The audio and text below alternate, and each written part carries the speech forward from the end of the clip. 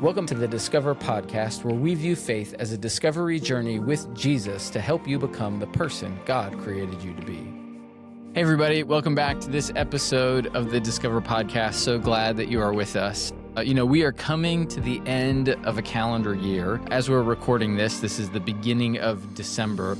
And I don't know if you ever feel this way. It's like as soon as December starts, I start to feel some measure of panic and overwhelmed feeling, thinking about all the things that I have to do over the course of the next couple of weeks. And with Thanksgiving being a little bit later this year, it was like, oh man, yes, like here we go.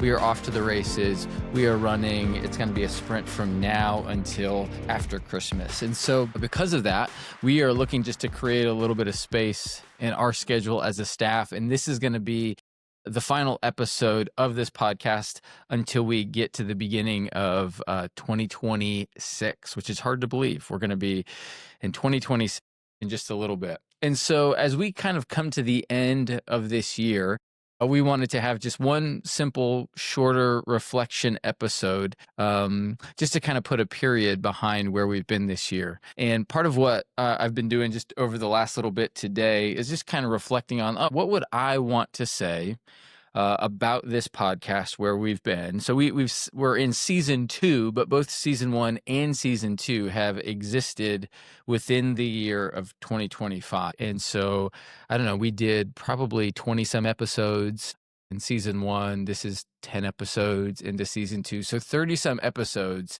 in this podcast. And it's just been a lot of fun to sit down with people in our congregation, with people who are connected to our congregation, to hear both the stories of kind of where people have been in their development of their faith journey and what God has been doing in their lives, and also hearing stories of people, maybe they're missionaries or people who are connected to our church or pastors that I know, to hear about what God is doing in their lives and their ministries. And I think as I've sat down and had all of these conversations over the course of this last year, it's just reminding me continually that God is always at work. He's always at work all over the place. And therefore, I should continually look to where he's at work in my own life, ultimately, so that I can partner and participate with him. And so 2025 for us as a church started with our Storytellers initiative. That's where this podcast began.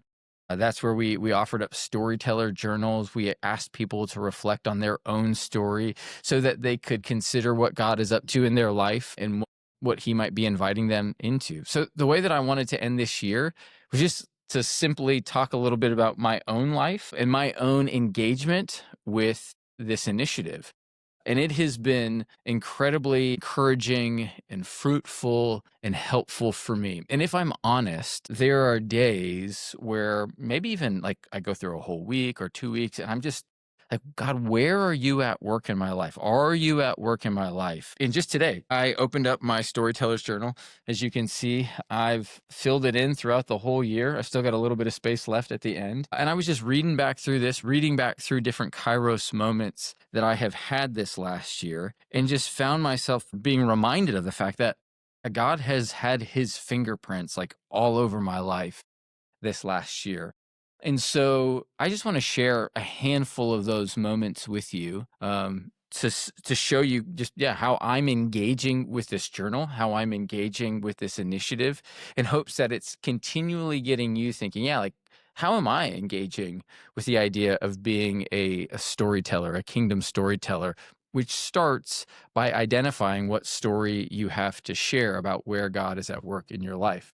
So just by way of recap on a couple things. One, this whole initiative, which, by the way, if you are somebody who follows along with this podcast, has been tracking with it, just a little inside baseball for you, that starting in January of 2026, we're going to do a Storytellers kind of sermon series reboot. We're going to have 5 weeks of kind of revisiting the idea of storytellers and how we're hoping it becomes a DNA strand through our church, that it becomes part of the DNA of Meadowbrook Church. So we're not going to rehash sermons. We got fresh sermons, but we're going to revamp or relaunch that initiative from the standpoint of just holding it in front of our congregation again.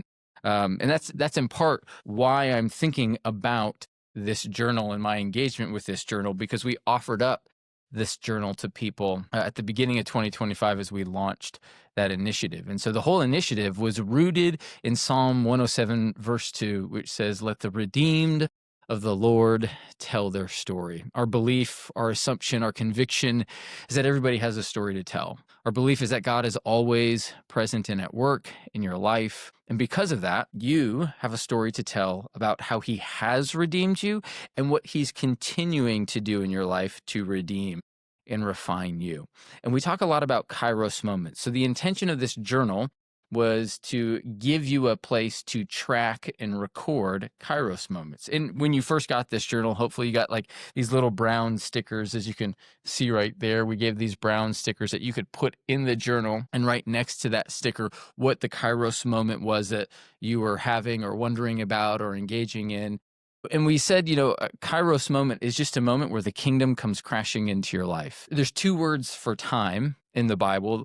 Specifically in the New Testament, there's the word chronos, which is continual time, linear time, time that we measure on a clock. It's seconds that add up to minutes, that add up to hours, days, weeks, and so on. And then there's Kairos time. Kairos time is measured not by sequence, but by impact. Again, it's those moments where the kingdom comes crashing into your life. Jesus, in his first public sermon in the book of Mark, this is Mark 1:15. He says, "Time has come. The kingdom of God is at hand. Repent and believe the good news." And so that word time, the time has come, is the word Kairos. The Kairos has come.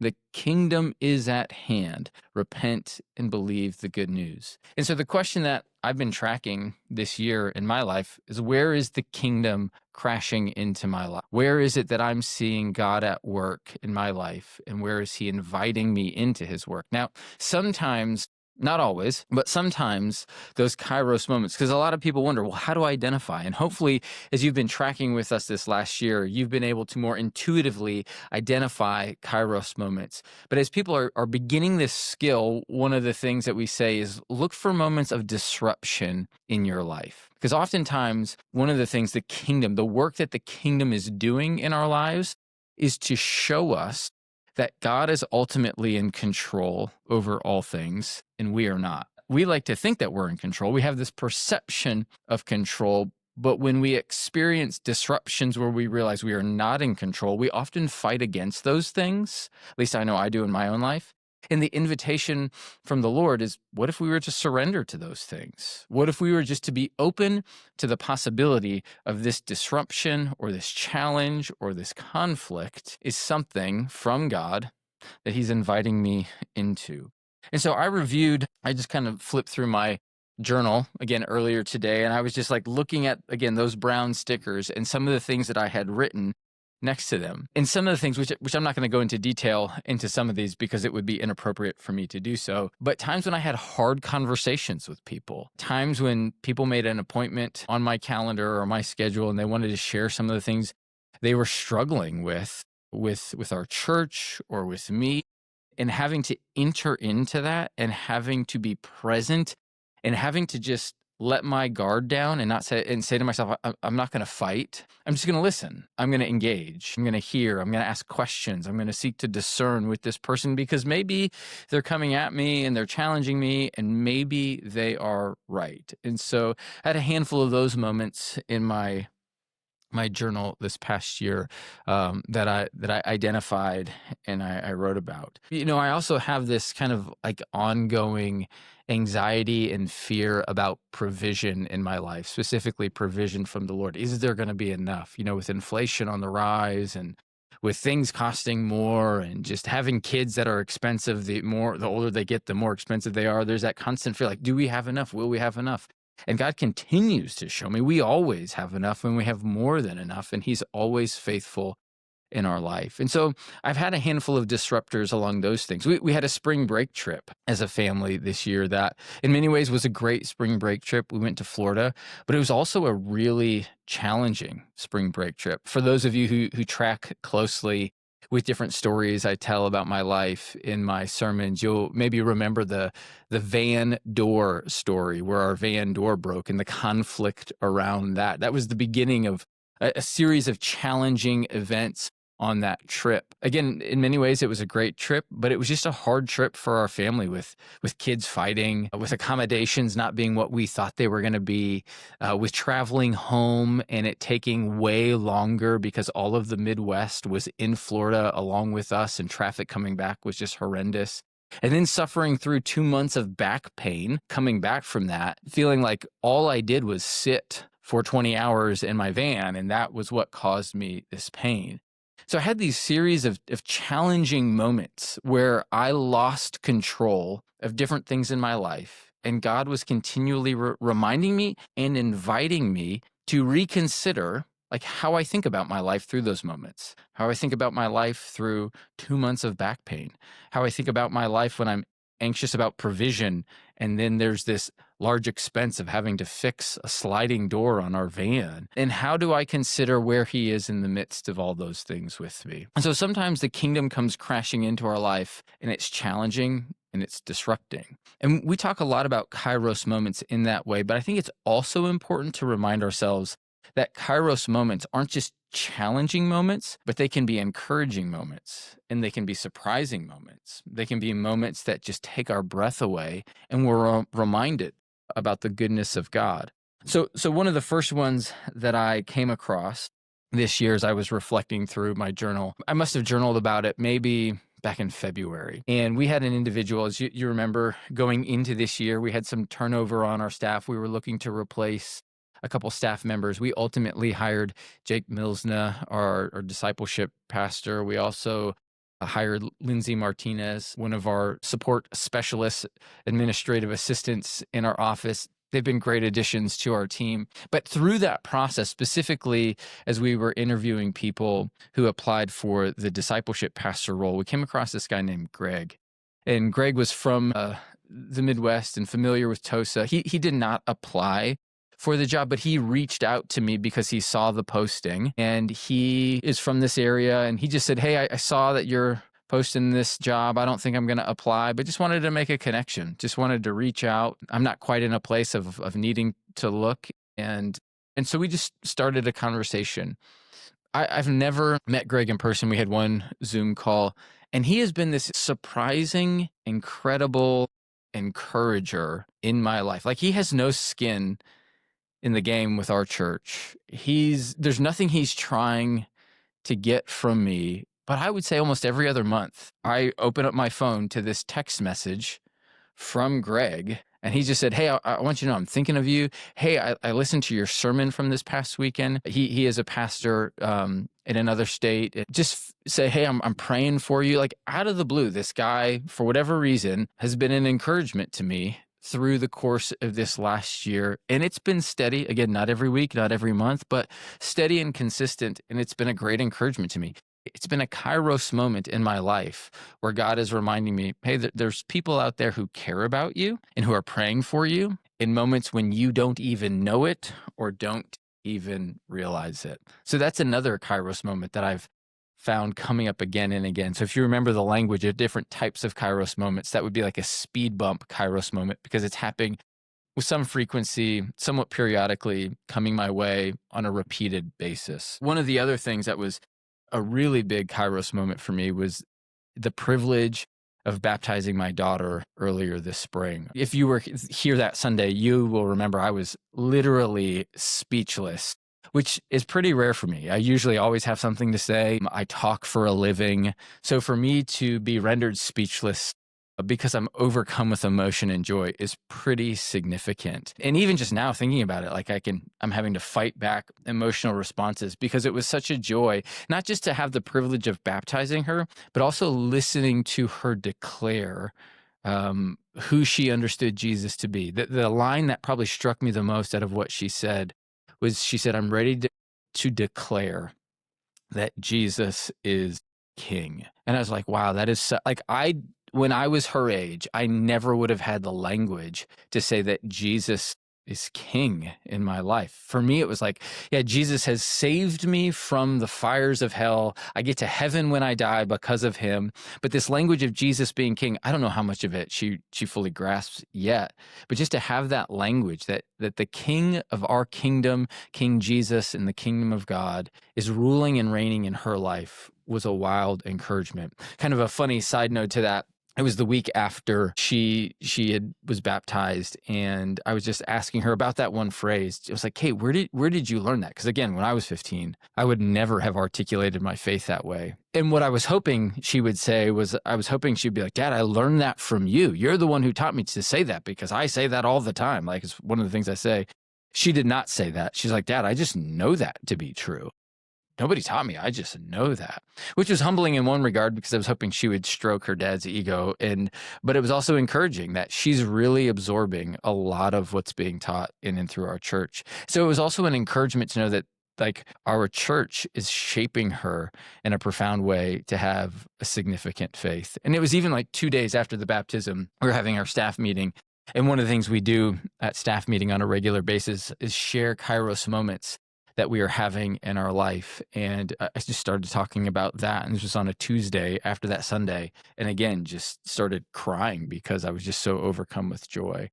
And so those are two moments where God is at work in my life in encouraging ways, reminding me of his goodness and his faithfulness on a daily basis. A couple more that I'll share with you. One, there's a group of churches. If you, again, follow along with this, Mark White, he was one of our guests early on in this season. He's a pastor from the Ridge. And Mark has been instrumental in gathering what's now becoming a large group of churches who are seeking to work together, who are asking the question, how can we as a collective group reduce the lostness in our city? How can we have impact for the gospel so that every man, woman, and child in the greater Milwaukee area would see, know, and hear the gospel message? And so there's probably a group of 30, 40 churches now that are really starting to get serious about asking the question, how do we work together to support one another and reach the city? And I remember moving here, hearing from a couple people early on that their perception of Milwaukee was that, the church world and the church landscape in Milwaukee is such that it's more divided than unified. And I've just been wildly encouraged over the last 9.5 years that I've been here, that I think the church in Milwaukee is ripe and ready to work together. We see it in all different places in our ministry area. The youth in our city, the youth groups from Monty's engaging with lots of other youth pastors and youth workers to do things together. We see worship ministry folks coming together, executive pastors meeting together. So there's just this real hunger for unity throughout the city. And I think that's something that only comes from the Spirit of God uniting people together. And that has been a great encouragement as well. I remember one day just kind of standing in the back of church and my neighbor showing up to a service, a neighbor who came to church, I think, last year on Christmas because we invited him, because we gave him a box of chocolate and just said, "Hey, if you guys want to come, you're welcome." And then 2 months later, 3 months later, he just randomly shows up with his 2 boys. His wife was working that Sunday. And it was such an encouragement to see him here. And he's come a couple other times since. And it just reminds me, like, simple invitations to people to come to a service can have lasting impact and can open doors for us to keep the conversation going about what we believe, about what God is up to in their life, in hopes that we can continue to walk with them as well. And then the last thing, one of the more surprising things in my life that has been really interesting too was it was around the end of the year last year, the end of the year 2024, crossing into 2025. I joined a gym in the Village area, and I have been so surprised at how many connections I'm developing there, how many relationships, authentic relationships I'm developing there. People now are starting to figure out that I'm a pastor there. And for some people, I think they're surprised and shocked by that. But I think for other people, they're intrigued by that. And I'm noticing a few open doors just to start conversation with people about deeper spiritual things. There was a guy who lost a family member earlier this month, and he came right to me and was like, "Hey, I think I need some prayer." From my understanding, he maybe has like a Catholic background from when he was younger, but I don't think is attending a church right now, but was pretty quick to tell me what was going on, was quick to say, "Hey, I need some prayer." And then I was able to follow up with him and just ask how the funeral went and encourage him. And he was really appreciative of that. And I think being a pastor sometimes opens some of those doors a little bit easier for me, because people see, "Oh, you're a pastor." They expect that.